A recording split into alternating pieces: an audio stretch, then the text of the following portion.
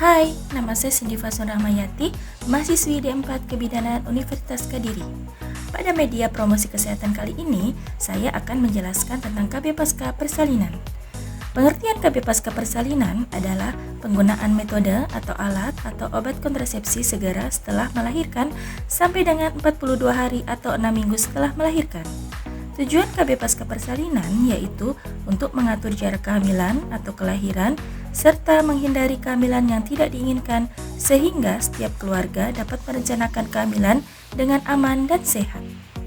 Adapun sasaran peserta KB Pasca Persalinan adalah ibu hamil usia kurang dari 20 tahun sampai dengan usia lebih dari 35 tahun. Manfaat dari KB Pasca Persalinan yaitu 1. Perbaikan kesehatan badan ibu. 2. Adanya waktu yang cukup untuk mengasuh anak-anak, beristirahat dan menikmati waktu luang serta melakukan kegiatan lainnya.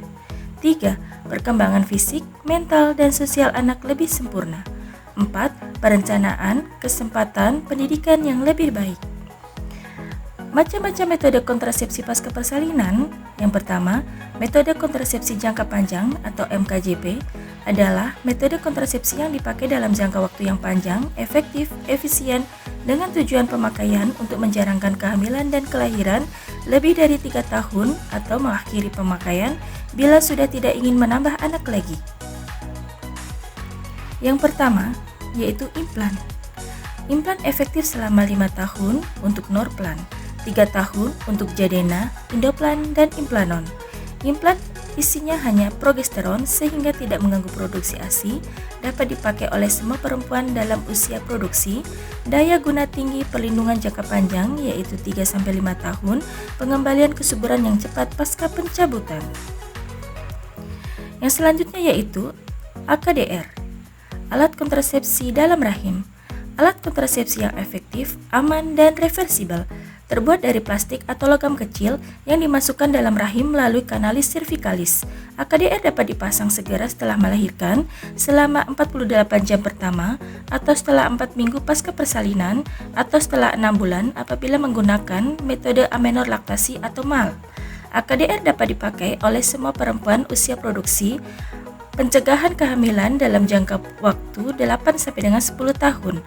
Pemasangan AKDR dapat dikerjakan dalam 10 menit setelah keluarnya plasenta, tidak mempengaruhi kualitas ASI, tidak ada efek samping hormonal, pengembalian kesuburan yang cepat pasca pencabutan.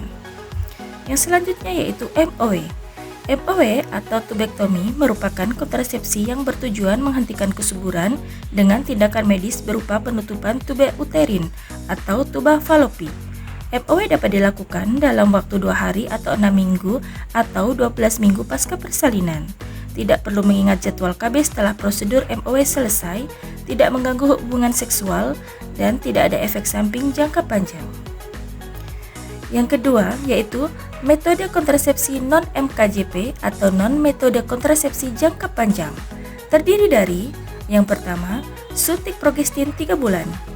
KB suntik progestin 3 bulanan baru dapat diberikan di atas 6 minggu setelah persalinan dan aman digunakan bagi ibu menyusui. Suntik progestin 3 bulan dapat menekan ovulasi, mencegah ovarium melepaskan sel telur, mengentalkan lendir serviks untuk mencegah sperma mencapai sel telur, tidak perlu digunakan setiap hari, mengurangi kram dan nyeri haid, mengurangi resiko kanker endometrium, dan tidak mengganggu produksi ASI.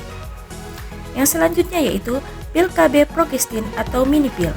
Pil KB progestin atau mini pil dapat segera digunakan pada ibu pasca bersalin dan aman digunakan bagi ibu menyusui. Pil KB progestin atau mini pil tingkat efektivitasnya cukup tinggi sebanyak 97%, tidak mempengaruhi produksi ASI, aman untuk melakukan hubungan seksual, kesuburan cepat kembali setelah berhenti minum pil. Yang selanjutnya yaitu MAL atau metode amenor laktasi. MAL adalah metode kontrasepsi alamiah yang mengandalkan pemberian ASI secara eksklusif minimal 8 kali sehari dengan jarak menyusui tidak lebih dari 4-6 jam, tanpa pemberian tambahan makanan ataupun minuman apapun. 3 persyaratan yang wajib dipenuhi agar MAL efektif sekurang-kurangnya selama 6 bulan, yaitu usia bayi kurang dari 6 bulan, memberikan ASI eksklusif, dan ibu belum kembali menstruasi. Tidak memiliki efek samping, nyaman, dan tidak perlu mengeluarkan biaya tidak mempengaruhi hormon tubuh, dapat mengurangi perdarahan setelah melahirkan.